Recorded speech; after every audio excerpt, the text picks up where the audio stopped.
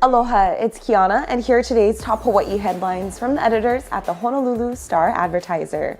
Also, mahalo to Longs Drugs Hawaii for sponsoring the show. Head on over to your neighborhood Longs Drugs for all your shopping needs. Areas of the Big Island shook this morning when a pair of earthquakes struck the southeastern flank, Mauna Loa.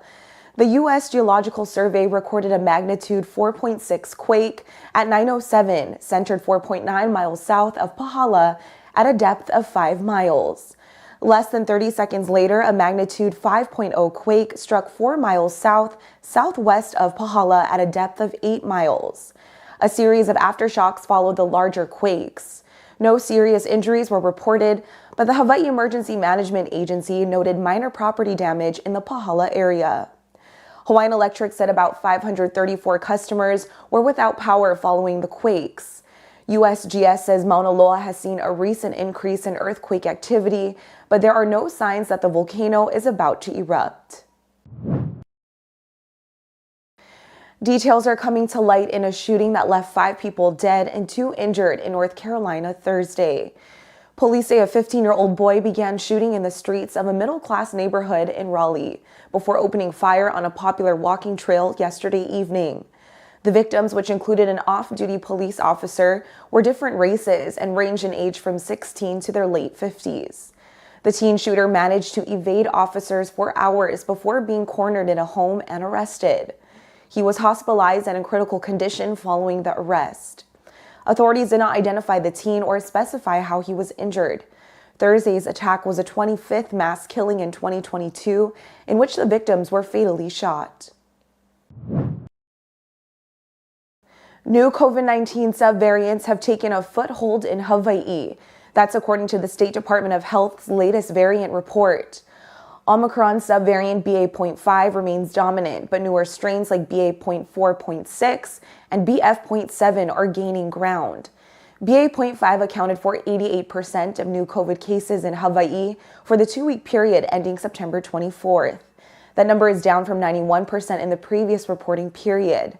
According to the report, new Omicron subvariants represented 10% of variants circulating in the state.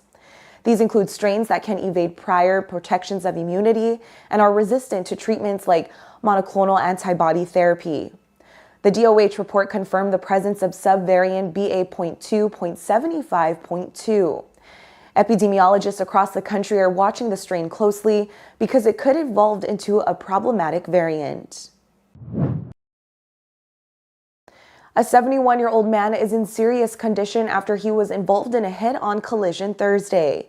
2 vehicles collided on a stretch of Kamehameha Highway in Wahiawa yesterday afternoon. Emergency medical services responded to the incident at about 1 o'clock. Paramedics treated the man and transported him to a local trauma facility in serious condition.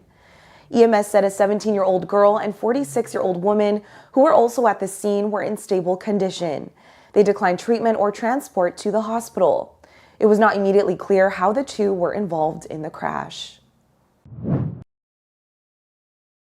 Stocks fell broadly today on more worries about inflation, all but wiping out gains from a brief rally yesterday.